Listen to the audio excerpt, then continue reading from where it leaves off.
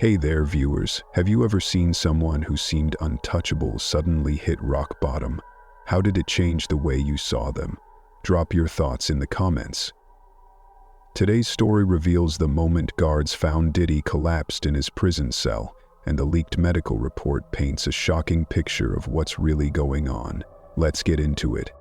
Chapter 1. The Whispered Rumors in MDC. I had been at MDC Brooklyn long enough to know when an inmate was on borrowed time. You could see it in the way they moved, slow and deliberate, like every step took more effort than it should. You could hear it in the way the other prisoners talked about them. Low voices, murmurs just loud enough to be heard but never addressed directly. That was how it was with Diddy. I remember the first time I saw him. There was still a little bit of that celebrity air around him, like he hadn't fully processed where he was. Even with his head held high, he stuck out like a sore thumb. Too clean, too soft, too used to people catering to his every need. MDC had a way of stripping that off real quick. It didn't take long before the weight of it all started showing. At first, the other inmates watched him like he was a walking lottery ticket. The big ones, the ones with clout inside, sized him up, whispering about what they could get from him. A few even tried. Some wanted favors, others wanted to test if the rumors about his past were true. But the way he carried himself, quiet, reserved, never making eye contact too long, made it clear he was trying to disappear. The real change started about a month in. His face got thinner. His skin, once smooth and polished, started looking dull. His eyes, always scanning the room before, barely had the energy to move. He used to walk the yard like he still had a purpose, but now he barely left his cell unless he had to. I saw him one morning sitting on one of the rusted-out benches in the rec area, his hands resting on his knees, staring at the cracked concrete like it held answers he couldn't find. Whispers started real quiet at first. Ain't gonna last. I seen dudes like him before. They go quick. Look sick to you? Some of it was just prison talk. People always had something to say about somebody else. But then he went to the infirmary. Twice. No one knew for sure what it was for, but the second time he was gone for longer. That's when the stories really started spreading. One guy swore up and down that Diddy had something serious, something the prison didn't want getting out. Another claimed he saw a nurse whispering with one of the guards, her face looking real concerned. I didn't buy into rumors, but I did notice one thing. When he came back from that second visit, he was worse. His movements were slower. His hands shook when he reached for his tray at chow. He barely ate, just pushed the food around with his fork like he couldn't bring himself to stomach it. That was saying something, because none of us could stomach the food in here, but at least we tried. He just didn't. That's when people stopped looking at him like an opportunity and started looking at him like something else. A weak link. A target. I'd seen it happen before. The second an inmate looks like they're on their way out, whether from sickness, weakness, or just losing the will to fight. It's like blood in the water. The ones who had kept their distance started creeping closer.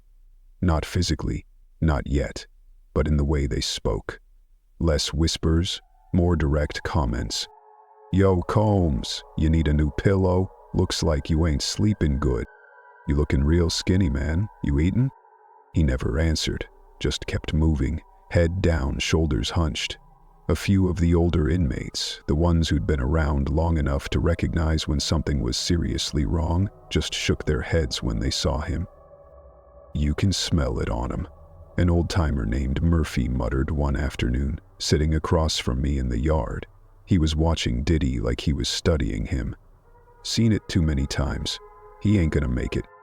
I didn't say anything. I just kept watching, because deep down, I was starting to think Murphy was right. The smell of MDC Brooklyn was something you never got used to. It was a mix of sweat, piss, and old concrete that never seemed to dry. The air always felt thick, heavy, like it was pressing down on you. Some nights the heat in the cells was unbearable. Other nights it was so cold you'd wake up shivering.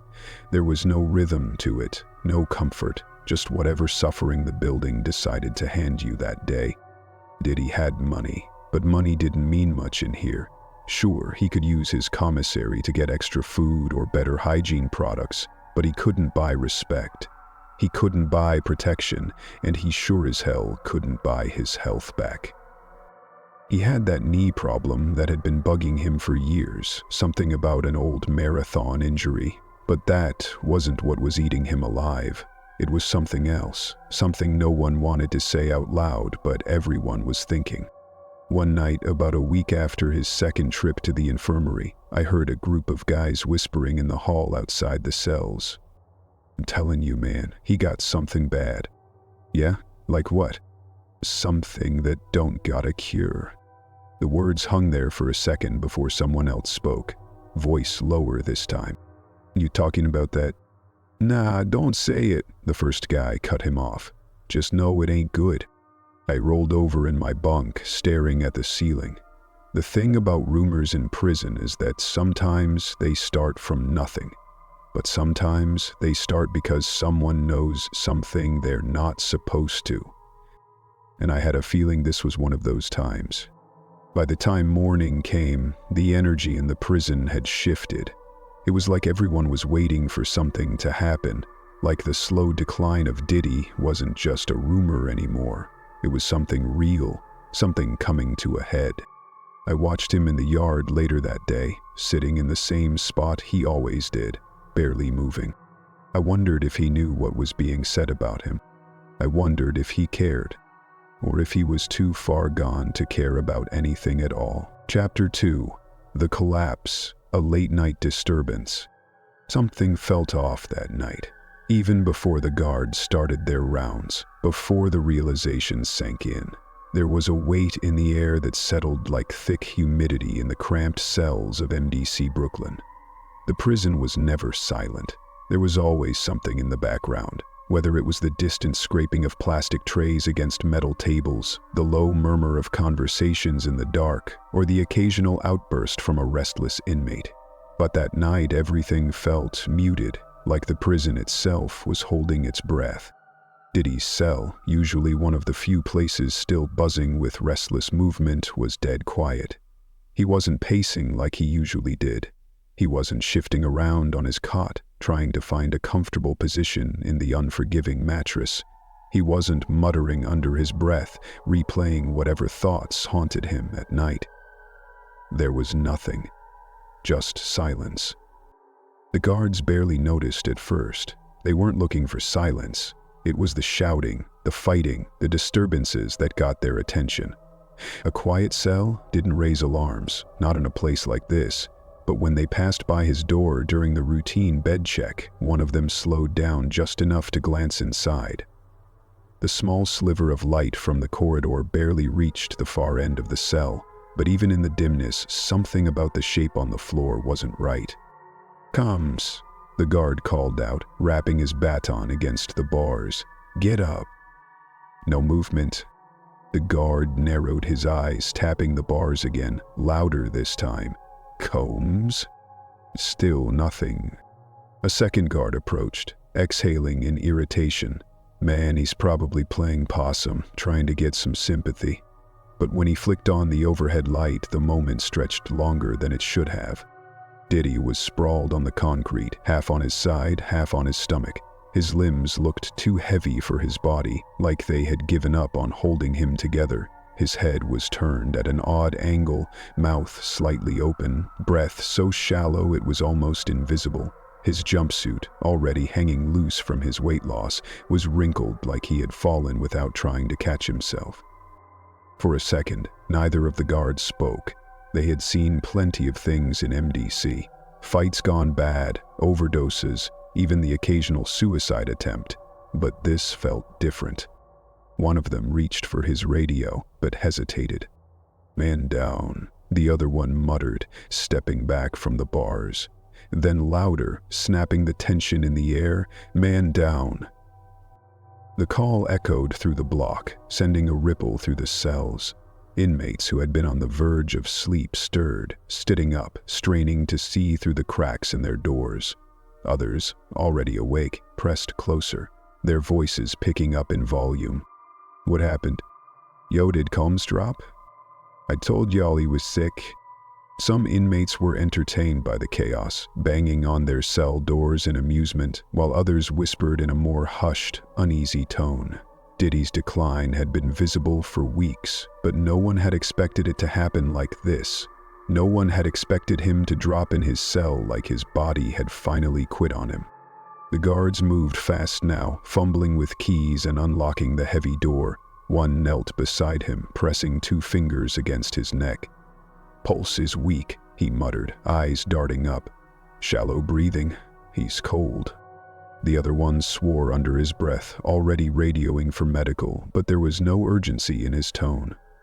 MDC wasn't a place that rushed for anything, especially not an inmate collapse. The call would go through the chain of command, and by the time someone actually arrived, they'd be lucky if it wasn't too late. "Combs, can you hear me?" "Nothing." The guard nudged his shoulder, then his cheek. Diddy's skin was clammy, a sheen of cold sweat over his forehead, but he didn't stir. The stillness of his body, the unnatural way his fingers curled slightly inward, the faint wheeze of his breath. It was unsettling. One of the guards looked up at the ceiling, like he was debating something. "You think he's faking?" The other one didn't answer right away. That was the thing about MDC, you never knew who was playing games and who was genuinely dying. Inmates pulled stunts all the time to get a break from the block, to land themselves a trip to medical where at least they could rest in a different kind of misery. But this wasn't a stunt. "He's out," the kneeling guard finally said. "We gotta get him to the infirmary, now." The radio crackled to life, a static-filled voice confirming that medical assistance was on its way. The guards didn't wait. One grabbed Diddy under his arms, the other took his legs, and together they hauled him off the ground, dragging his limp body toward the exit. The noise in the block swelled. More inmates were awake now, pressed against their doors, watching with wide eyes. Some of them cheered, laughing at the sight of the once powerful mogul being carried like dead weight. Others muttered in shock, their voices swallowed by the rising commotion. "Yo, Combs, wake up. Damn, he really out cold. You think he dead?" A few guards shouted for the inmates to shut up, but it was useless. The energy had already shifted. News traveled fast in prison, faster than in the outside world. By the time Diddy was dragged through the corridor, past the metal gates leading to medical, half of MDC had already heard. Diddy had collapsed, and no one knew if he was coming back. Chapter 3. The Medical Panic and Prison Politics. The infirmary at MDC Brooklyn was a joke. A single, windowless room with peeling linoleum floors, flickering fluorescent lights, and a handful of outdated medical supplies. The air was stale, thick with the scent of antiseptic that barely masked the underlying stench of sweat and sickness. The beds, if you could even call them that, were hard slabs covered in thin, stained mattresses, more suited for punishment than healing. There was no state-of-the-art equipment, no emergency response team, no urgency.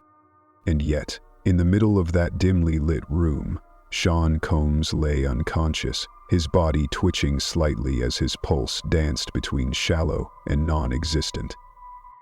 The prison medics moved around him, their voices clipped and tense. "Vitals?" one of them barked. "BP's low, dangerously low. Pulse is erratic, breathing's weak." "He's diaphoretic," another added, wiping the sheen of cold sweat from Diddy's forehead. Someone cursed under their breath. This wasn't just exhaustion or dehydration. Something was seriously wrong. One of the nurses hovered near the doorway, waiting for word from above. The guards stood in a tight cluster outside, watching through the small glass panel, their expressions unreadable. The fact that they were still there said everything. This wasn't just another inmate medical scare. This was a problem that extended beyond the infirmary walls. And at the top of that problem was the warden. News of Diddy's collapse had already reached the highest offices of MDC. and a debate was unfolding. "Another trip to the hospital is gonna raise red flags," one of the senior officers argued. "He was just sent out for an MRI. You think the press won't jump on this?" "The press?" The warden scoffed, rubbing his temples. "You're worried about the press? We've got a goddamn billionaire lying unconscious in our infirmary. If he dies in here, we're gonna have more than bad headlines to worry about." Silence. The warden exhaled sharply, pacing behind his desk. He was a middle-aged man who had seen his fair share of scandals, but nothing like this. The FBI raids, the sex trafficking allegations, the leaked videos of Diddy's freak-offs. It was a perfect storm of controversy. MDC Brooklyn was already under a microscope, its conditions scrutinized by watchdog groups and journalists looking for their next expose. If Diddy died here, it wouldn't be just another tragic inmate death. It would be a scandal, an investigation, a liability. But sending him out again? That was another kind of risk. "Didn't he have a hospital trip already?" another officer asked, shifting uncomfortably. "Yeah, for a knee issue. And now he's unconscious. If we send him back to Brooklyn Hospital, they're gonna start asking questions we don't want to answer." "Like what?" "Like why a healthy man in his 50s who supposedly only had a knee problem is now collapsing in his cell, and if they find something..." The room went quiet. That was the real concern. There had been whispers, rumors about Diddy's health, his rapid weight loss, his sickly appearance, the way his body seemed to be giving out on him. Inmates speculated, some saying he was on drugs, others suggesting something more sinister. But no one knew for sure. And the last thing MDC needed was for a real medical facility to dig into his records and find something that could create another headline, another investigation, another scandal. A knock on the door. A guard stepped in, his face tense. "Warden, the medical team's requesting guidance." The warden clenched his jaw. "What's his status?" "Still unresponsive. Pulse is weak, but he's stable for now. They're waiting on your call." For a moment, no one spoke. Then the warden picked up the phone. "Keep him here," he said, "for now." Back in the infirmary, the medics weren't waiting. A nurse, a woman in her late 40s with tired eyes and a no-nonsense attitude, retrieved a file marked with Diddy's name. She flipped through the pages, scanning the most recent test results from his previous medical visit. At first, nothing stood out. The MRI results were clear, just an old injury flaring up from years of wear and tear.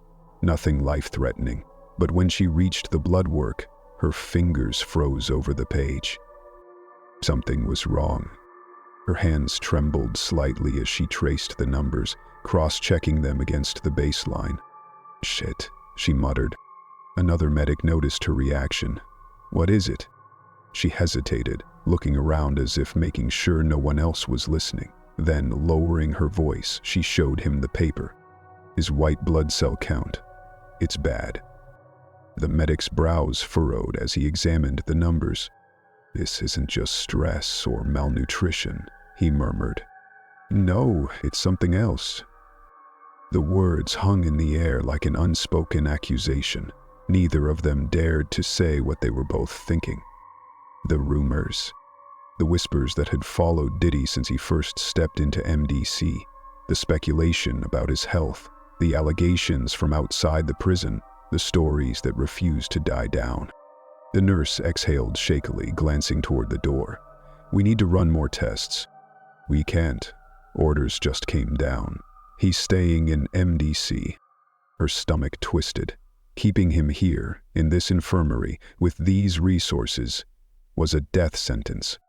But orders were orders. Still, she couldn't shake the feeling that this wasn't just another inmate health crisis. This was something bigger. And if they didn't handle it right, it wasn't just Diddy's life on the line. It was everyone's. Chapter 4. The leaked medical report, a bombshell discovery. The infirmary at MDC Brooklyn was never meant to be a real medical facility. It was more like a holding area, a place where sick inmates were sent to rot until they either got better on their own or got bad enough to justify a hospital transfer. And yet, in the dim, flickering light of that cramped room, something had been uncovered that could not be ignored. The numbers on the lab report told a story more chilling than any rumor whispered through the prison walls. The irregularities in Diddy's blood work weren't just signs of stress or poor diet. They suggested something deeper, something that had been taking its toll on his body long before he ever set foot in MDC. But it wasn't the kind of thing the prison medical staff was equipped to diagnose, much less treat. The nurse who had seen the report knew what she was looking at. She had been in this line of work for too long, had seen too many cases, too many bodies breaking down from the inside out. The moment she processed the results, her throat went dry. It was worse than she'd expected. The report should have stayed buried within the cold, indifferent walls of the prison bureaucracy. Should have been nothing more than a document filed away, ignored like so many other warnings in the system. But secrets didn't last in MDC. Not when they were this big. Someone in the infirmary, maybe a nurse, maybe an orderly, maybe even a guard with connections on the outside, took one look at the numbers and knew what they had in their hands.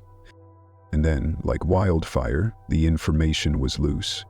The first whispers spread through the prison in the dead of night. Someone on the inside had caught a glimpse of the report, or maybe they had overheard a conversation between the medical staff.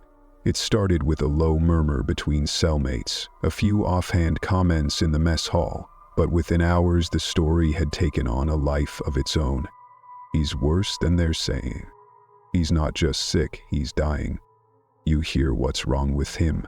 You know what that means, right? The prisoners didn't need much to run with a story, and this one had legs. But what no one expected was how fast it would break beyond the walls of MDC. By morning, a screenshot surfaced online, blurred out details, a cropped portion of the lab report, just enough to send the internet into a frenzy. No one knew exactly where it had come from. Maybe a prison nurse with access to a burner phone, maybe a corrupt guard looking to cash in. But the moment it hit social media, there was no stopping it. The headlines exploded across every major platform, feeding into the speculation that had been circling Diddy for months. Diddy's health crisis behind bars? Is he hiding the truth? Guards say Combs is wasting away. What's really going on? The medical report they didn't want you to see? People dissected the numbers in real time, self-proclaimed medical experts breaking down every detail, every abnormality.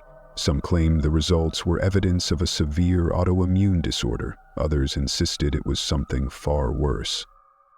The HIV rumors, which had already been whispered in the shadows of the industry for years, roared back to life with new intensity. Look at the weight loss. Look at how sick he looks. Y'all really surprised? People been saying this for years.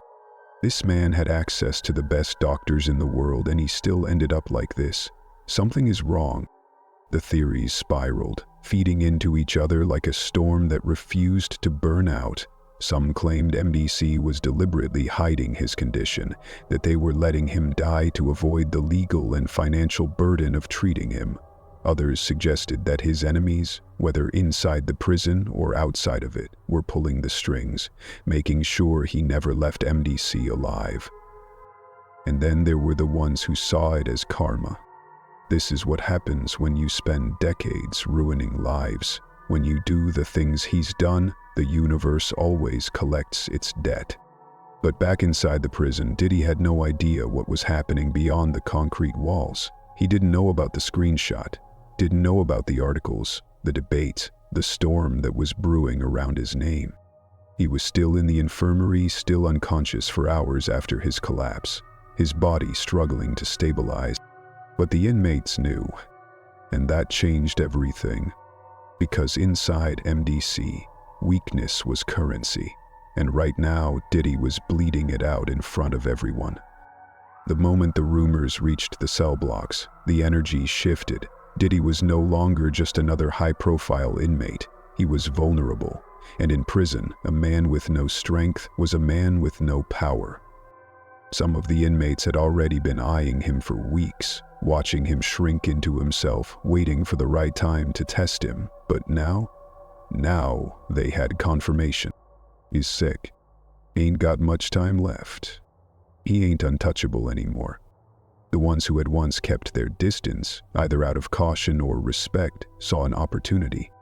And when that happened, it was only a matter of time before someone acted on it. But it wasn't just the inmates. The guards had started watching him differently too, some with unease, others with something colder. Because if the rumors were true, if the medical report was even half accurate, that meant one thing. Diddy wasn't walking out of MDC Brooklyn alive. And there were people on the outside, powerful people, who might prefer it that way. Chapter 5. The Inmate Threat. Predators Smell Blood. Mora had its own natural order, a hierarchy carved out of violence, survival, and the unspoken rules that kept men alive behind bars. Strength dictated power, and power dictated respect. The second you lost one, you lost the other. And the moment Diddy's body hit the floor in that cell, the message was clear. He had neither. His collapse didn't just confirm what people had been whispering about for weeks. It was an announcement, a shift in the unspoken balance that ruled the prison. Inmates talked in the way predators did when they circled something wounded. They watched from the shadows, measured his weakness, and exchanged glances that meant one thing: he was vulnerable now. He had already been keeping to himself for weeks, walking slow, head low, avoiding unnecessary interactions. He was fading in front of everyone, and now they knew why. The medical report had changed everything. Whether it was true or just another prison rumor, it didn't matter. Inside these walls, perception was reality, and the perception now was that Diddy was dying. Weakness didn't just make you a target, it made you an opportunity. There were men in MDC who thrived on opportunity, men who waited for moments like this because they knew the second someone became too weak to defend themselves, too sick to fight back, too isolated to have backup, they became property. The wolves had already started circling.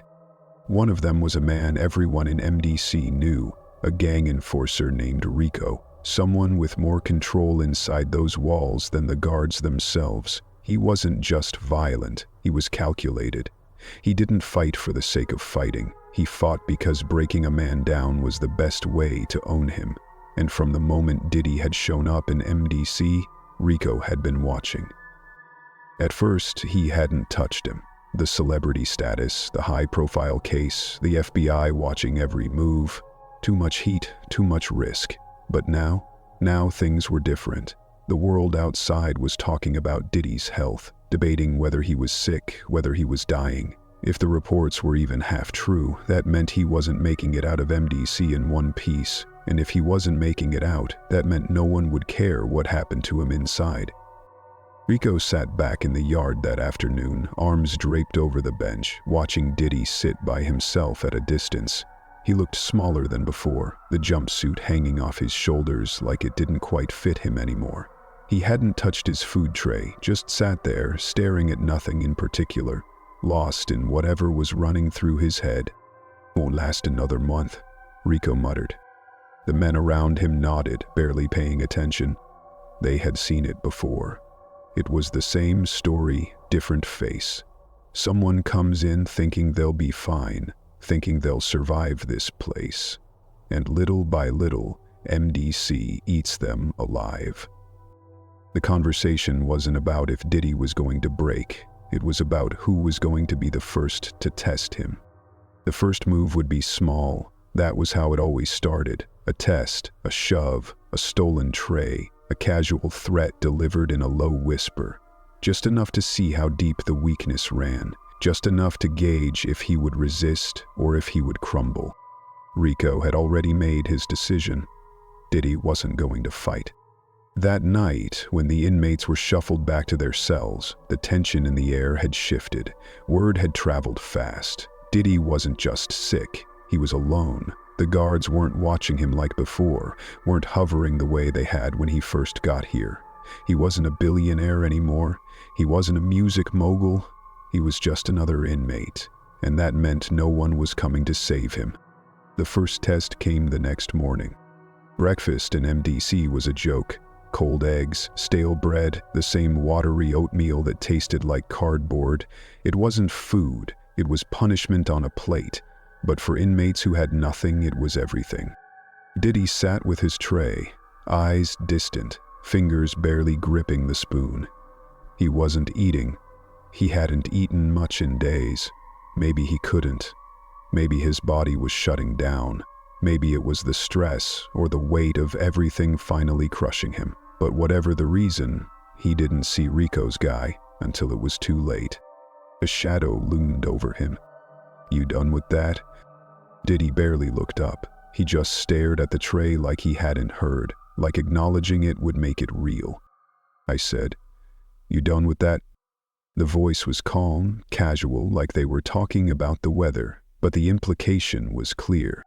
Diddy glanced up this time, eyes meeting the man's just for a second before flicking away. He shook his head, barely a movement. The inmate smirked and reached down, grabbed the tray like it was already his and walked away. No resistance, no fight, nothing. That was the moment it started. It was never about the food.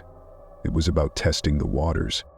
The next day, the tests escalated. A shove in the hallway, a shoulder check in the yard, a warning whispered in his ear as he walked past. And the guards, they were watching, but they weren't stepping in. Diddy might have been a high-profile case when he first arrived, but things had changed. There were bigger things happening in the system, bigger problems outside those walls. The world wasn't talking about him like before. The media had moved on to whatever scandal had taken its place. And that meant MDC had moved on too. By the time he was pushed into a wall later that night, knocked off balance just enough to make a point, he barely reacted. No retaliation, no anger, just acceptance. The guards didn't move. They didn't even acknowledge it. Because at the end of the day, this was the natural order of MDC. The weak got eaten. And Diddy? He was already halfway gone. Chapter 6. The hospital debate. Will they move him? The morning after the latest incident, the infirmary at MDC Brooklyn was a scene of controlled chaos. The medical staff had seen plenty over the years. Stabbings, overdoses, withdrawals, infections left untreated for too long, but this was different. Sean Combs wasn't just another inmate with a chronic illness or an injury sustained from a fight. He was someone the outside world still cared about, someone whose name carried enough weight to make the higher-ups nervous, and yet there he was, lying pale and motionless on the thin mattress, breathing shallow, his face a sickly shade of gray. He had been in and out of the infirmary more times than anyone cared to count, but this time there was no quick fix. The knee injury, the weight loss, the rumored illness, all of it had compounded into something more dangerous. The problem wasn't just his body failing him, it was that no one in MDC had the resources or the clearance to do anything about it. The prison doctor, a tired man who had long ago stopped trying to reform the system, paced near the metal cart filled with outdated medical equipment, rubbing a hand over his face. "He's deteriorating," he muttered, voice low but urgent. "If we don't move him soon, we'll be filling out a death certificate." The nurse beside him exhaled sharply, shaking her head. "They're not going to approve a transfer, not after last time." The last time, Diddy's hospital visit for his knee. That trip had barely made headlines, but the scrutiny had been enough to make MDC officials regret allowing it. Sending him out again, this time under much worse circumstances, was a risk they weren't willing to take. The doctor tapped his fingers against the clipboard in frustration. "He's not eating. He's barely conscious. This isn't just malnutrition or stress. We need to get him somewhere that can run real tests." The nurse didn't disagree, but she also knew that the decision wasn't up to them. The conversation had already reached the upper ranks, the people who sat behind desks and viewed inmates as statistics rather than human beings. The warden had been notified, and the back and forth between MDC and federal officials had begun almost immediately. "Move him to a federal medical center," one report recommended. They're better equipped. Absolutely not, came the response. The media will run wild with speculation. We can't afford the PR nightmare. It was a standoff between common sense and bureaucratic fear. The people in charge weren't worried about Diddy's health. They were worried about headlines, about outside investigations, about the questions that would inevitably follow if he was seen in a real hospital, hooked up to IVs, looking like a shadow of the man the world once knew. The warden sat in his office, rubbing his temples as he read the latest internal report. The wording was clear. Diddy needed urgent medical attention. If he stayed in MDC under current conditions, the likelihood of irreversible health complications increased significantly. That was the careful way of saying he wouldn't survive much longer. But there was no clear answer on what to do. If they moved him, it would confirm what the leaked medical report had already hinted at, that something was deeply wrong. The speculation, the rumors, the HIV accusations, the whispers about an autoimmune disease, it would all explode into full-blown media hysteria. Every journalist with a pulse would start digging, and soon the real question wouldn't just be about Diddy's condition. It would be about how long MDC had known and ignored it. That was the fear, that was the reason they were dragging their feet. In the infirmary, Diddy stirred slightly, his body reacting to something in his unconscious state. His lips were dry, cracked from dehydration, and when his eyelids fluttered open, there was barely any awareness in his gaze. The nurse pressed a damp cloth to his forehead, watching as his breathing hitched. "He's getting worse," she murmured, "and they're going to let it happen." The doctor knew she was right. They could argue, they could file requests, they could document every worsening symptom, but none of it would matter if the higher-ups were already set on keeping him here. The decision wasn't about medical care, it was about optics. Diddy had no say in any of it. He was just a man locked inside a crumbling system, a system that only cared about avoiding scandal, not about preventing another body from hitting the morgue. The debate continued behind closed doors, stretching into the next day. Every time someone suggested a transfer, another person countered with why it was a bad idea. The risk of transporting him, the media frenzy, the fact that moving him could force MDC to answer real questions about the conditions inside. But the biggest argument? What if they find something? That was what no one wanted to say out loud. Because if they moved him, real doctors would have access to his full medical history. They'd run their own tests, and if they uncovered something that MDC hadn't disclosed, someone was going to be held accountable. And that was the one thing no one in charge was willing to risk. So the decision was made. Diddy would stay. No transfer, no federal medical center, no outside intervention. Just MDC Brooklyn. Just waiting. And whether they admitted it or not, everyone in that room knew exactly what that meant. Chapter 7. The Final Warning. He's running out of time. Diddy sat on the edge of his cot, staring at nothing. He was awake, but barely. His body felt like dead weight, too heavy to carry, too weak to hold up. Every breath rattled in his chest, his ribs aching from the effort. His skin burned with fever one moment and felt ice-cold the next. He hadn't eaten in days, maybe longer. Time was slipping in and out of focus, blurring at the edges. Somewhere beyond the thick concrete walls, the world still moved. People still woke up, went to work, scrolled their phones, debated his fate on social media like he was nothing more than a character in a never-ending scandal. They speculated about the medical report, about his weight loss, about the rumors that refused to die. But inside MDC, none of that mattered. The walls didn't care who you were before you walked through them. Here, you were just a body. And in places like this, bodies didn't last long once they started breaking down. He heard them whispering when they thought he wasn't listening. He ain't got much time left. He won't last another month. It's just a matter of when, not if. The air in his cell was thick with the stale scent of sweat, damp fabric, and the metallic tang of something worse. The guards barely glanced at him anymore. The ones who used to watch him like a valuable piece of property now barely acknowledged his presence, as if he were already fading into the walls. The inmates, the ones who had been circling like wolves, had stopped testing him. They didn't need to. He had already failed whatever test they had in mind. It was late when the knock came. Not from a guard. They never knocked. A slow, deliberate tap against the metal bars, the sound cutting through the suffocating silence of the block. Diddy didn't move at first. Didn't even turn his head. But the knock came again, harder this time. He lifted his gaze, blinking sluggishly against the dim light. A figure stood just outside his cell, barely visible in the darkness. An old man, his face lined with deep wrinkles, his hair thin and graying. He wasn't like the others in MDC.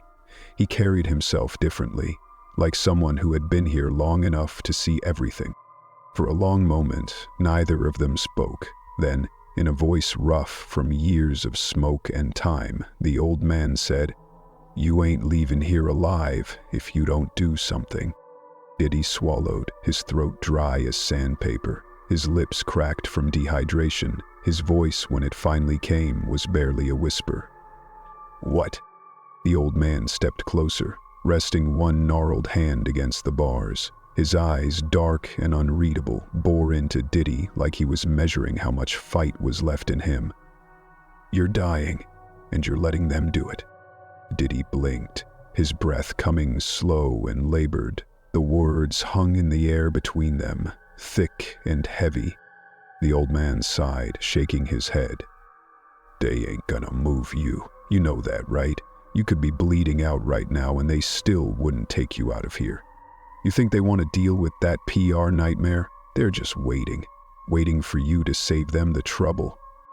Diddy felt his stomach twist, not from hunger, but from something darker. He knew.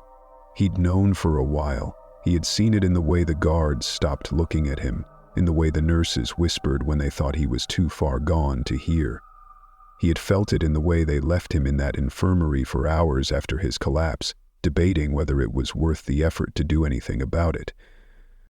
The old man leaned in slightly, lowering his voice.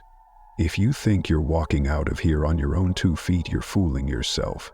They've already decided, and the way you're going, you'll be gone before the next court date." A deep, hollow ache settled in Diddy's chest. He had spent his entire life believing he was untouchable, that no matter what happened, he would always find a way out. Always find a way to win. But there was no winning here. There was no deal to be made, no power left to flex. There was just this cold, empty place where men disappeared, and no one on the outside ever really knew what happened to them. The old man watched him, waiting for a reaction. When Diddy didn't speak, he exhaled through his nose, shaking his head again. "I seen it before. They let you rot. And then one day they drag your body out in a bag, and that..." Birds dug in deep. Diddy's fingers twitched at his sides. A slow, creeping panic coiled in his stomach, but his body was too weak to fully react to it. The old man's voice softened just slightly. "If you got anything left in you, now's the time to use it." Diddy swallowed again, but the dryness in his throat made it feel like swallowing glass. His mind felt slow, sluggish, like it couldn't quite process what was happening. What was left to do? He had nothing in here. No leverage, no allies, just the weight of his name, which didn't mean much anymore. Not in this place. Not when he was like this. But the old man wasn't finished. "You want to die in here? Go ahead. Stay in that bed, keep wasting away. But if you want to walk out, you better wake up, 'cause nobody's gonna save you but you."